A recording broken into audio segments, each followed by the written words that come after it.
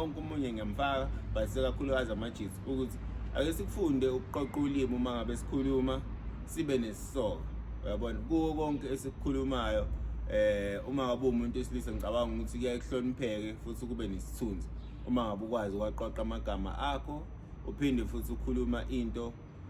ezwakalayo enesigqi ukabe umuntu ohleze nerawrawu kodwa manje into ekhulumayo ayiwenza imiqondo iyaphephuka uyabona lona so ngikhuthaza abafethu ukuthi abengakhuluma amagama ahlambalazayo amagama ayinhlamba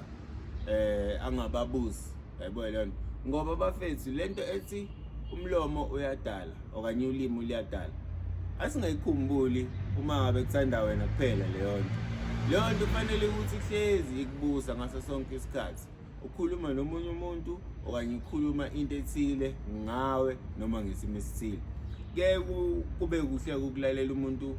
onamagama aqoqekile ngoba nawe makade uvele nje uvathele ukhuluma udedela kube isifundo